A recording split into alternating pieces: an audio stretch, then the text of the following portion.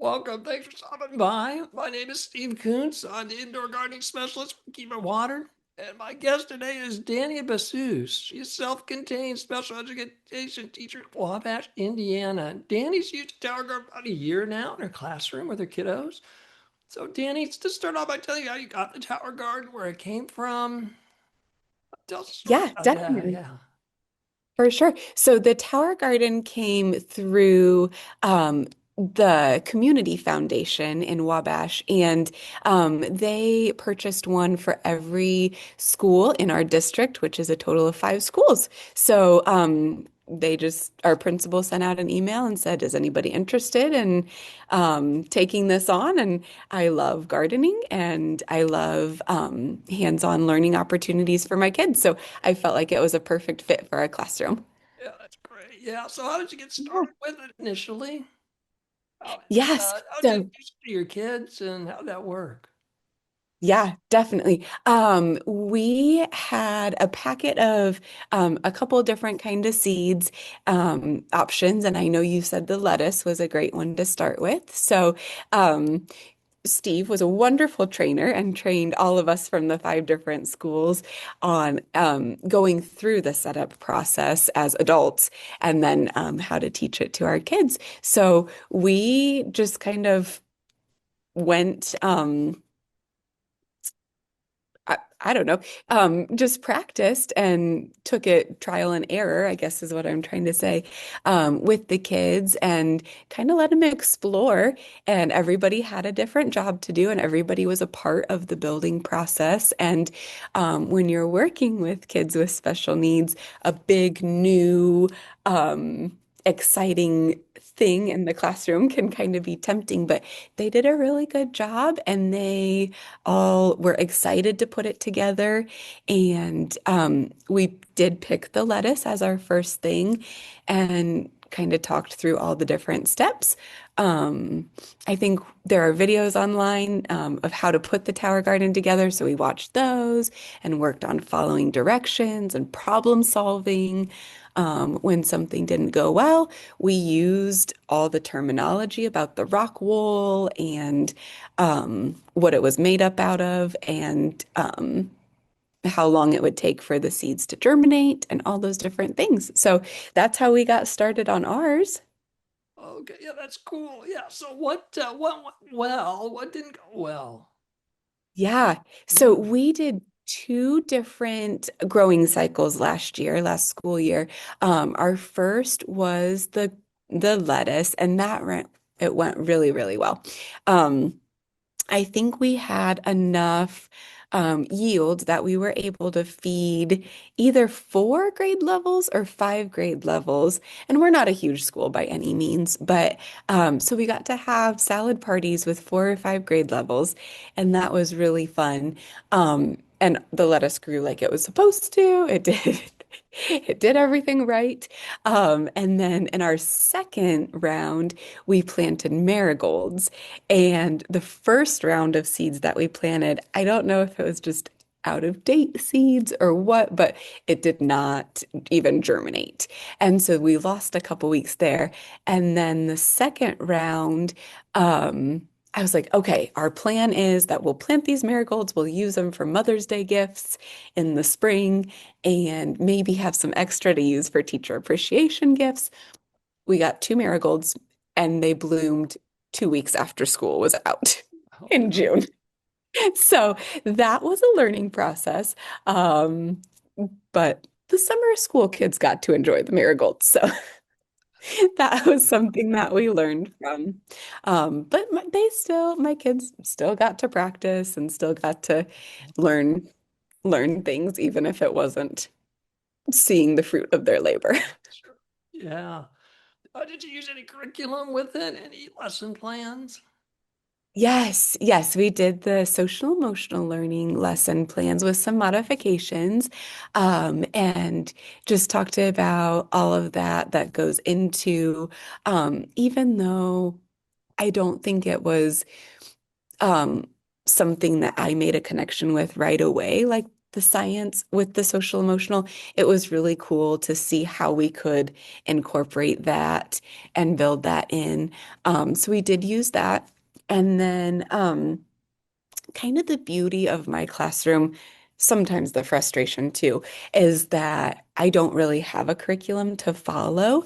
And so it can be frustrating when planning, but with the Tower Garden, it was really cool. I could kind of build it into like math and reading and science and all those different things.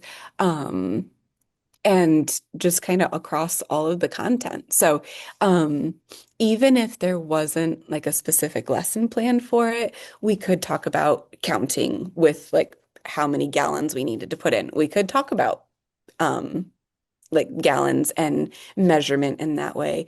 We could talk about fractions with the plant food and how many, like a fourth of a cup if we had to add that or whatever the fraction may be. Science, we could talk about the pH, and it could be as easy as matching the color of the pH on the scale, or for my more advanced kids, talking about those number ranges. Life cycles, the plant life cycle, the terminology, the vocabulary. Um, and yeah, just with social skills, taking turns. Um, when we would go down to kind of do our weekly check-in, we would talk about waiting and being patient and like it's so and so's turn to do this part, it's your turn to do this part. So we got to wait our turn. And with the salad parties, just the interpersonal part of that and being together with kids from the school that we're not like we see and we're together sometimes, but not always. So it was cool to see those personal and we could party more or less with kids and just build those skills. Yeah, yeah. Describe your kids. High level, low level. What high level functioning? What? How many kids do you have in your room? And Yeah. So last year when we did it, I had 7 kids, and they were all older grades. And even though not all of them were higher functioning, they had been with me long enough and like worked their way through my room long enough that um, we could do some of those higher level skills because they'd practiced and kind of had practiced the expectations of higher level, like being exposed to higher level skills, if that makes sense. Um, so we would still definitely build modifications in for the level that they were at. This year I have 13 kids, so I almost doubled. Um, and I've got at least one kid in every grade level, kindergarten through 6 this year, if not multiple. And just a definitely a wider range of ability levels. A lot. Let's see, 1, 2, 3, 4, 5, 6, 7, 8. 8 out of my 12 who are either nonverbal or limited verbal. And so we do a lot of modifications on questioning. So whether like not as much open-ended questions, a lot of yes/no questions. We use a lot of augmentative communication. So a lot of LAMP communication devices, yes/no buttons, just things like that. So I think the reason why I haven't done anything with the Tower Garden yet this year is I was just trying to survive. And we've gotten to a much better place. And so this second semester we will be doing some sunflowers. okay, So cool, nice. Yeah. Do you have any tips yeah, for yeah. a special needs teacher wanting to add a tower guard, another system to their classroom? Yes, yes, I would say go for it because kind of like I was saying earlier, you can build in all of those content areas.